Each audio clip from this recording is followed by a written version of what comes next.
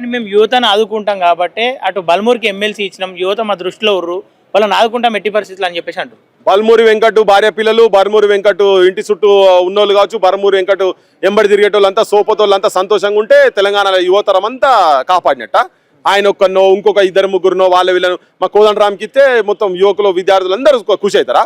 వాళ్ళు ఎందుకు ఎందుకు అసలు బర్మూరు వెంకట్ అంటే ఏంటిది?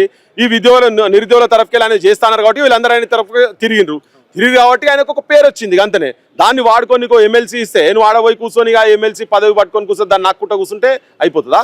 వీళ్ళ పరిస్థితి ఏంది? వీళ్ళ బతుకులు రోడ్ల మీద పడ్డాయి కదా. ఆయన వ్యక్తిగతంగా నేను కించపరచాలను వ్యక్తిగతంగా క్రిటిసైజ్ చేస్తాను గురు కాదు.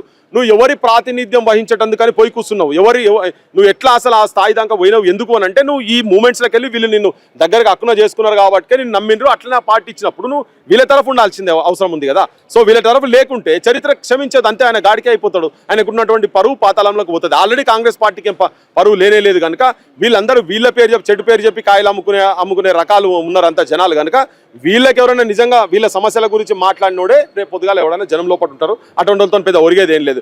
వీళ్ళకి ఒక నలుగురు ఐదుకి ఇచ్చి ఓని రాజ్యసభ చేసి ఓని ఎమ్మెల్సీ చేసి ఓని ఇంకెవరినో యువకుని మంత్రిని చేస్తే సమస్యలు పరిష్కరింపబడాయి. తెలంగాణలో ఆత్మహత్యలు ఆగాలి, తెలంగాణలో ఆకలి సావులు ఆగాలి. తెలంగాణలో ఉన్నటువంటి 2,70,000 ఉద్యోగాలు మొత్తం ఫిలప్ అయిన నాడే తెలంగాణ విద్యార్థి యువకులు కావచ్చు, నిరుద్యోగులు కావచ్చు చక్కగా సల్లంగా వాళ్ళ ఇండ్లు సంతోషంగా ఉంటాయి. కొంతమంది రాజకీయ పదవులకు వాళ్ళు వస్తే నిరుద్యోగుల సమస్యలు తీరినట్టు కాదు. ఇది నిరుద్యోగం అని చెప్పేసి రాజకీయం చేస్తారు తప్ప మేము నిరుద్యోగులకు ఎలాంటి అన్యాయం చేస్తలేం. అటు టీఎస్పీఎస్సీ ఎగ్జామ్ కంప్లీట్ చేసినాం, గ్రూప్ 1 కావచ్చు, గ్రూప్ 2 కావచ్చు, ఎగ్జామ్లు కూడా నిర్వహించబోతున్నాం అని చెప్పేసి వాళ్ళు చెప్తున్నారు. ఇప్పుడు వీళ్ళ నిరుద్యోగం చెప్పి మేము ఎమ్మెల్సీల గురించి కొట్లాడుతున్నావా, ఎమ్మెల్యే సీట్ల గురించి కొట్లాడుతున్నావా, ఎంపీల సీట్ల గురించి కొట్లాడుతున్నావా, లేకపోతే ఆయన ముఖ్యమంత్రి స్థానం గురించి కొట్లాడుతున్నావా? నువ్వు ప్రామిస్ చేసి, నువ్వు మేనిఫెస్టోలో పెట్టి, నువ్వు మాటిచ్చి, నువ్వు అబద్ధం ఆడుతున్నావు, నువ్వు దొంగ మాటలు చెప్తున్నావు, మీరు లంగ మాటలు చెప్తుండ్రు, మీరు చేయకూడని మాట్లాడితే రాజకీయం అవుతుంది. అది మా బతుకుల గురించి, నిరుద్యోగ యువకుల బతుకుల గురించి వాళ్ళ తరఫుకెళ్ళి మాట్లాడితే రాజకీయాలు అవుతాయా?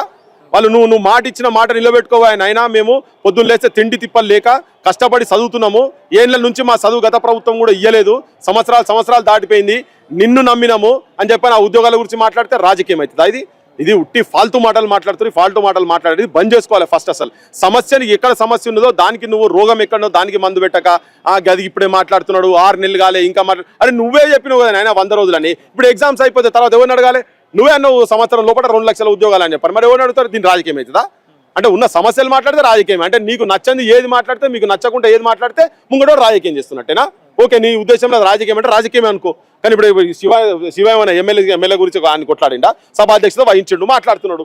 మా నాయకు కూడా మొత్తం సౌత్ తెలంగాణ మొత్తం బస్సుకు ఇన్ఛార్జ్ అయిపోయిండు, తన రాజకీయం చేసిండా? అప్పుడు ఓట్లేసి రాజకీయం పాపం నిన్ను గద్దెలెక్కిస్తుంది రాజకీయం చేసిండు. ఇప్పుడు తన హక్కు గురించి మాట్లాడుతున్నాడు, తన కడుపు గురించి మాట్లాడుతున్నాడు, తన పుట్ట గురించి మాట్లాడుతున్నాడు. తనకు రావాల్సినటువంటి అర్హత ఉండి, కోరిక ఉండి అవకాశం ఇస్తలేరు కదా ఉద్యోగాలు. వీళ్ళకి అర్హతలు ఉన్నాయి, క్వాలిఫికేషన్ ఉన్నది, నౌకరు చేయాలనే కోరిక ఉంది, కష్టపడే తత్వం ఉంది. కానీ మీరు అవకాశం ఇస్తలేరు. ఎందుకంటే మీరు ఉద్యోగాలు డిక్లేర్ చేస్తలేరు కాబట్టి. వాళ్ళు మీరు చెప్పిన మాటల ప్రకారంగానే ఉద్యోగాలు పెంచమంటున్నారు. మీ మాటలు ఒకసారి సోయి ఉంటే మీరు గతంలో ఏమేమి మాట్లాడారో అన్ని తీసుకొని మీ ఇళ్ళలో మీ పిల్లలతో తీపించుకొని